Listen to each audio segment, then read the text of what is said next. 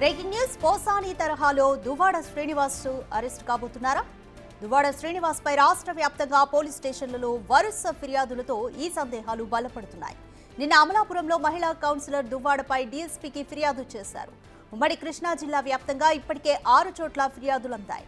Deputy సీఎంపై అనుచిత వ్యాఖ్యలు చేసిన దువ్వాడ శ్రీనివాస్ పై చర్యలు తీసుకోవాలని జన సైనికులు ఫిర్యాదు చేస్తున్నారు.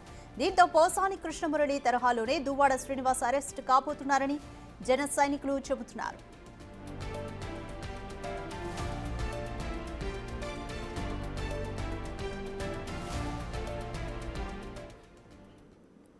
మోర్ డీటెయిల్స్ మా ప్రతినిధి శివశంకర్ అందిస్తారు.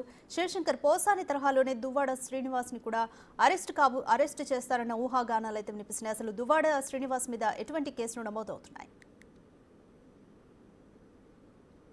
ఎస్, రాధిగా చూసుకున్నట్లయితే రాష్ట్ర వ్యాప్తంగా కూడా దువ్వాడ శ్రీనివాస్ పై అయితే ఫిర్యాదులు అయితే పర్వం కొనసాగుతుందని చెప్పుకోవచ్చు. నిన్న ఒక్కరోజే చూసుకున్నట్లయితే ఉమ్మడి కృష్ణా జిల్లాలో సుమారుగా ఆరు ఫిర్యాదులు అందాయి. అవి చూసుకున్నట్లయితే మచిలీపట్నం, పెన్నాడ, అవనిగడ్డ, పామరు, తిరువూరుతో సహా అమలాపురంలో కూడా ఫిర్యాదులు నమోదయ్యాయి. అమలాపురంలో అయితే మహిళా కౌన్సిలర్, జనసేన మహిళా కౌన్సిలర్లు 6 కలిసి వెళ్లి డిఎస్పీ ప్రసాద్కి అయితే కంప్లైంట్ ఇచ్చిన అయితే నిన్న చోటు చేసుకుంది. అయితే ఈ నేపథ్యంలో చూసుకున్నట్లయితే మొన్న మనోహర్ మాట్లాడారు. జనసేన పార్టీలో కీలకంగా నెంబర్ 2గా ఉండే వ్యక్తి నాదెండ్ల మనోహర్ మాట్లాడుతూ దువ్వాడ శ్రీనివాస్ అధికారం కోల్పోయినా కూడా నోరు ఉంది కదా అని చెప్పి ఇష్టాసారంగా మాట్లాడుతున్నప్పుడు జన సైనికులందరూ కూడా పార్టీకి సపోర్ట్ గా నిలబడాలంటూ కూడా ఆయన ఒక పిలుపునిచ్చారు. ఈ మేరకే ఈ కంప్లైంట్లన్నీ కూడా, ఈ ఫిర్యాదులన్నీ కూడా పోలీస్ స్టేషన్ లో ఇస్తున్నట్లు కూడా తెలుస్తుంది. నిన్న సుమారుగా 6 నుంచి 7 కంప్లైంట్లు అందిస్తే ఈ రోజు మరొక 10 కంప్లైంట్లు కూడా ఇచ్చే అవకాశం కనిపిస్తుంది. అయితే నిన్న ఇచ్చిన 6 కంప్లైంట్లు 7 కంప్లైంట్లో అయితే కొన్ని చోట్ల కూడా కేసులు నమోదైనట్టు సమాచారం ఉంటుంది. అయితే పూర్తిగా చూసుకున్నట్లయితే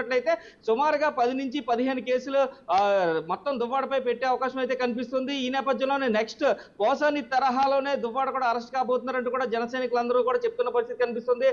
తమ అధినేత పవన్ కళ్యాణ్ పై అసెంబ్లీ సమావేశాలు మొదలైన రోజునే ఒక మీడియాతో మాట్లాడుతూ తన మీడియా ముందు తన చేసిన వ్యాఖ్యలు, దువ్వాడ శ్రీనివాస్ 50 కోట్ల సుపారీ తీసుకుంటూ నెలకి పవన్ కళ్యాణ్ గొంతు మోగబోయిందంటూ కూడా అనుచిత వ్యాఖ్యలు చేశారు. మా మనోభావాలు దెబ్బతిన్నాయంటూ కూడా ఇప్పటికే జన సైనికులందరూ కూడా దువ్వాడ శ్రీనివాస్ పై చర్యలు తీసుకోవాలంటూ కూడా అనేక పోలీస్ స్టేషన్ లో ఫిర్యాదులు ఇస్తున్న పరిస్థితి కనిపిస్తుంది. అయితే ఈ నేపథ్యంలోనే చూసుకున్నట్లయితే నిన్న 6-7 కంప్లైంట్లతో పాటు ఈ రోజు మరో 10 కంప్లైంట్లు కూడా ఇచ్చే అవకాశం కనిపిస్తుంది. మొత్తం చూసుకున్నట్లయితే 10 నుంచి 17 కేసులు అయితే దువ్వాడ శ్రీనిపై నమోదయ్యే అవకాశం కనిపిస్తుంది. ఆయన ఎమ్మెల్సీగా ఉండడంతో అయితే నెక్స్ట్ అరెస్ట్ ఖచ్చితంగా దువ్వాడ శ్రీనివాస్ జరుగుతుందంటూ కూడా చెప్తున్న పరిస్థితి కనిపిస్తుంది.